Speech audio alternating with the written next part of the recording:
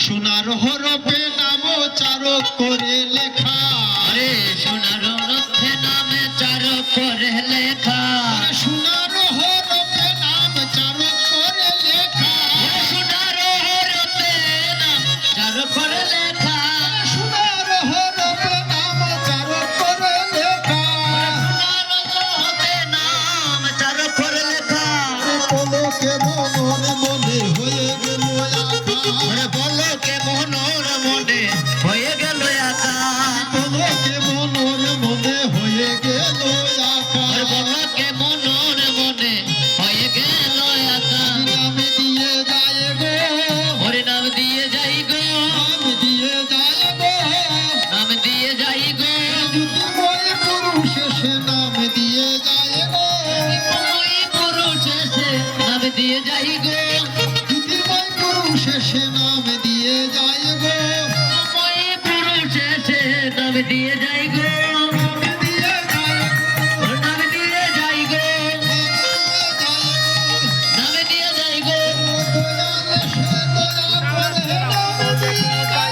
দয়াল সে দয়া করে নাম দিয়ে যাই গো, দয়াল সে দয়া করে যাই গো। হরি বল, হরি বল, হরি বল, হরি বল, হরি বল, হরি বল, হরি বল।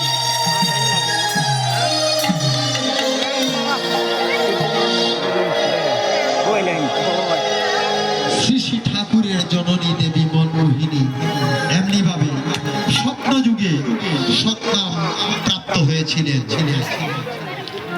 আমি তার লীলার কথা বলতে যাব না, এই লীলার কথা বলতে গেলে অনেক অনেক সময়ের প্রয়োজন।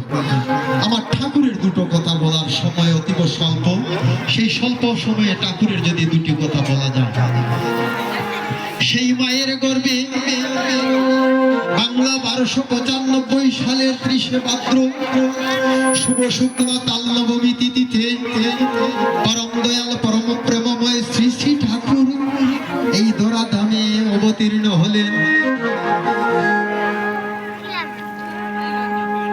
মায়েরা সবাই জানে, যখন কোনো মা সন্তান সম্ভবা হয় তখন কি হয়, এই মায়ের শারীরিক অবস্থা কি পর্যায়ে থাকে তা নিশ্চয়ই আপনাদের সবার জানা আছে।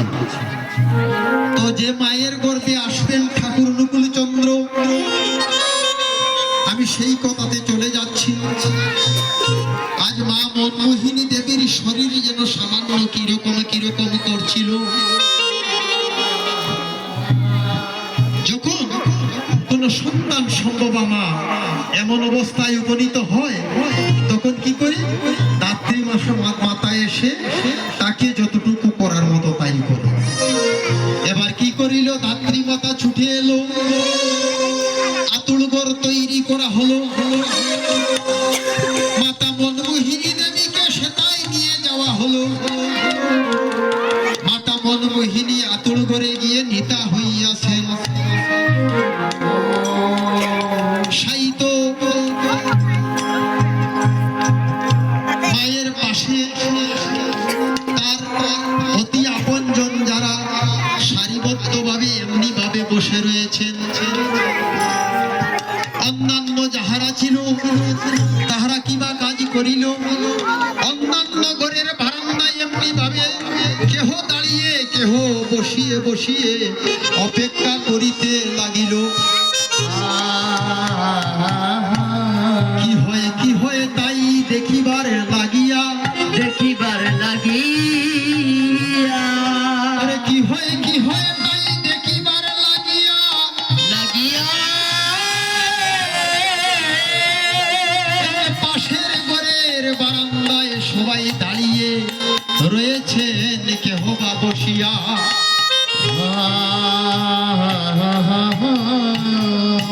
এমনি ভাবে বসে বসে সবাই সমস্ত নিশি প্রায় কাটিয়ে দিতে লাগিল। কিন্তু যে মায়ের গর্ভে আমার দয়াল এই ধরাধামে এসেছেন, সেই মায়ের প্রসবের কোনো লক্ষণ তেমন আর দেখা যাচ্ছে না। সবাই একে একে কি করিল, নিদ্রা আবির্ভূত হয়ে গেল। এমনকি পুরুষোত্তম জননী দেবী মনমোহিনী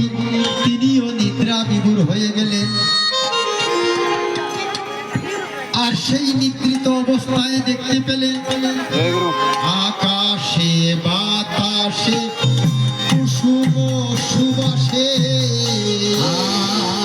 হাই রে আকাশে বাতাসে ওরে কুসুম সুবাসে আকাশে বাতাসে কুসুম সুবাসে হাই রে আকাশে বাতাসে কুসুম সুবাসে হাসিছে প্রকৃতি রানী হাসিছে প্রকৃতি রানী আজ হাসিছে প্রকৃতি রানী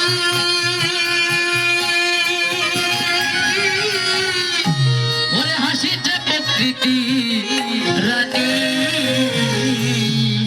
যেন জ্যোতির সাগর উথলিয়া যেন যেন জ্যোতির সাগর উথলিয়া গেল জ্যোতির সাগর উথলিয়া যেন যেন জ্যোতির সাগর উথলিয়া গেল পাগল করিল প্রাণী